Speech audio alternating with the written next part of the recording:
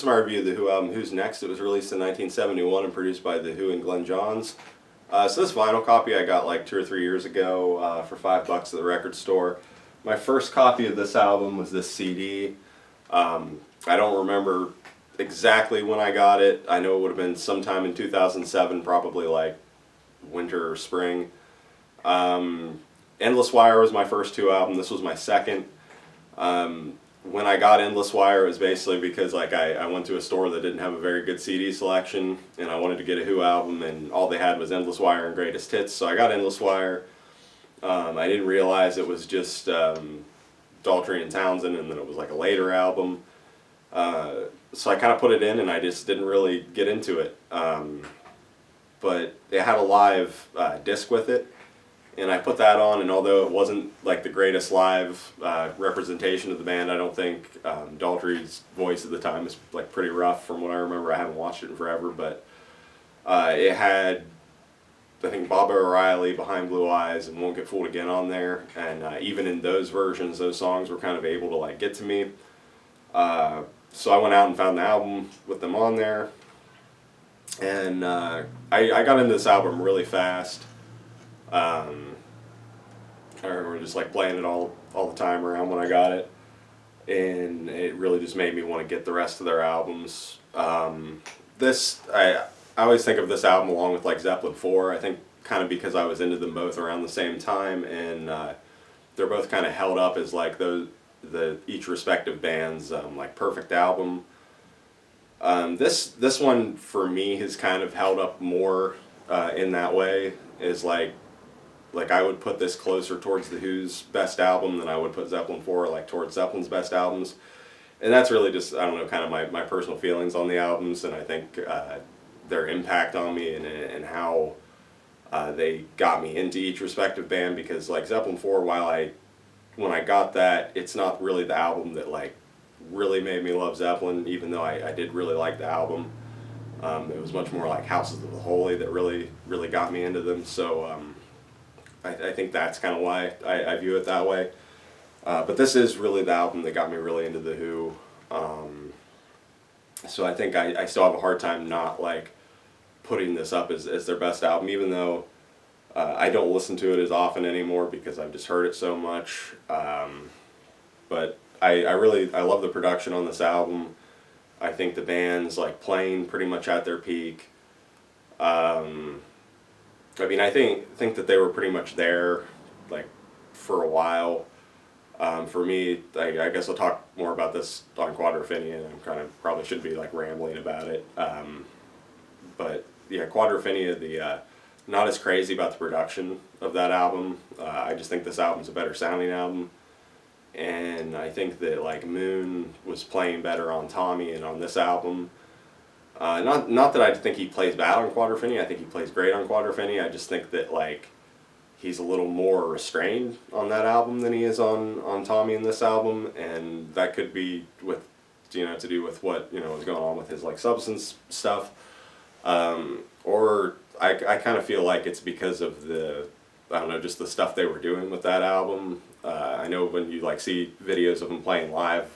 Stuff from that album, he's got like the headphones on so he can play to a click, and so I don't know if them doing things like that kind of just made it so he had to play more straightforward to fit the music or whatever. But I'm sorry, I'm kind of rambling. But so yeah, this album though, I just think that they're at their peak sound wise, playing wise.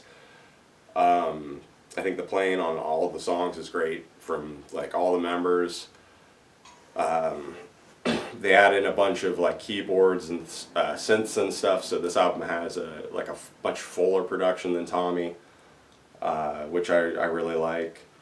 The album opens with Baba O'Riley, which is classic. I don't think there's too much use in like saying a lot about it, but I've always really loved the song. I really love that like synth loop thing that it starts with. When it kind of goes out on the violin solo, like I used to always skip that as a kid, but now I kind of appreciate it more.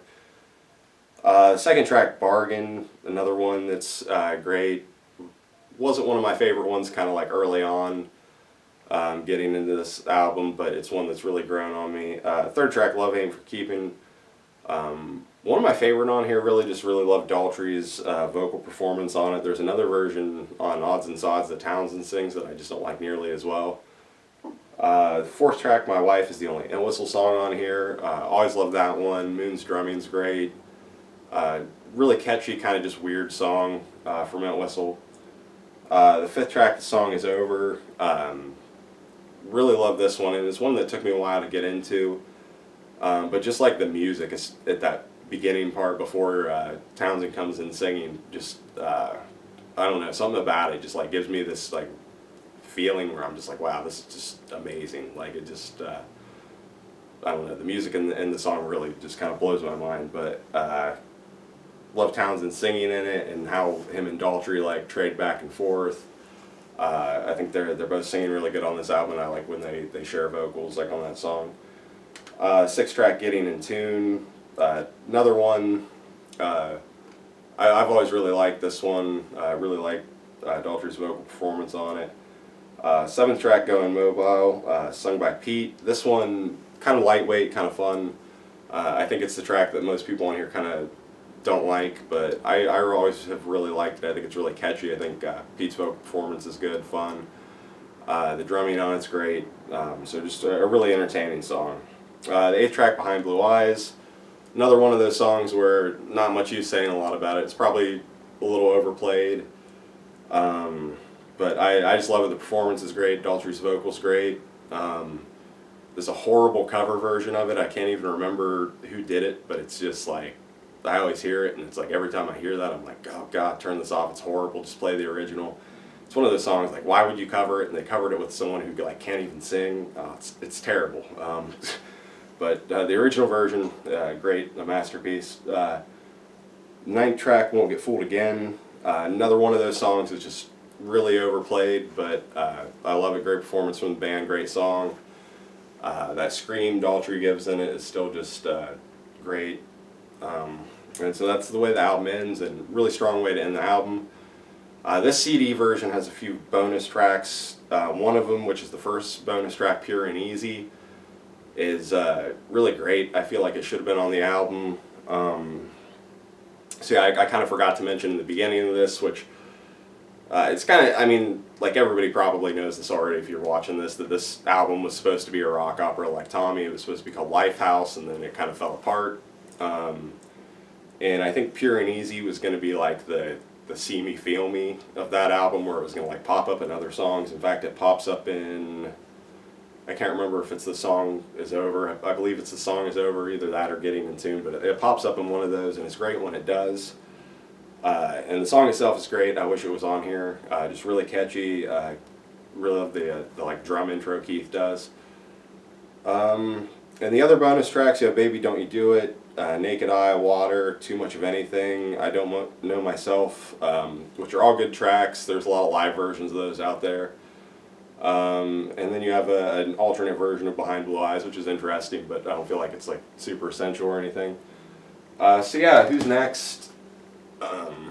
Great album. I don't have anything bad to say about it. I think it was a great place for me to start with these guys.